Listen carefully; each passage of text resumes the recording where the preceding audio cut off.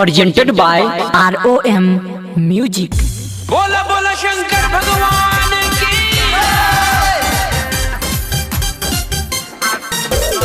माँ Gayatri recording studio पीछे खड़ियो बसंतपुर। बनके कबरिया आइलो दुवरिया खरा छितोरा बीचे बाबा गाजा पीके सुन छा। बनके कबरिया आइलो दुवरिया खरा छितोरा बीचे बाबा गाजा पीके ओ भोला गाजा पीके आसुतल छकोन पर बद के नीचे बाबा गाजा पीके आसुतल छकोन पर बद के नीचे भोला गाजा पीके।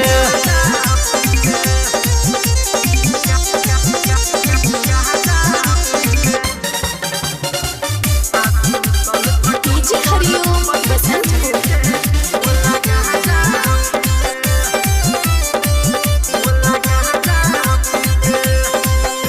दौड़ल एलिया तोरा दर्शन के आशा में presented by ROM Music। भंगिया के नाता में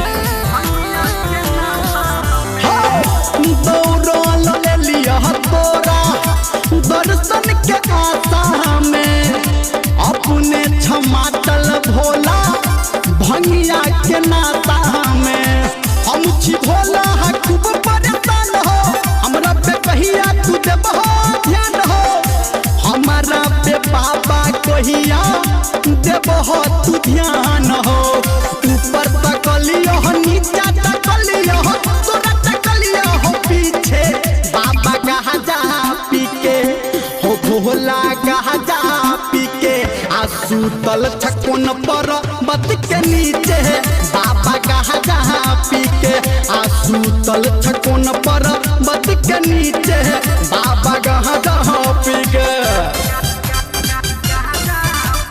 अभी आप सुन रहे हैं कावड़िया म्यूजिक। म्यूजिक पीछे खड़ियो बसंतपुर। बहिन गल बाबा तू तो केहन न से बाज हो एगो कबड़िया के नहीं तू सुन छ आवाज हो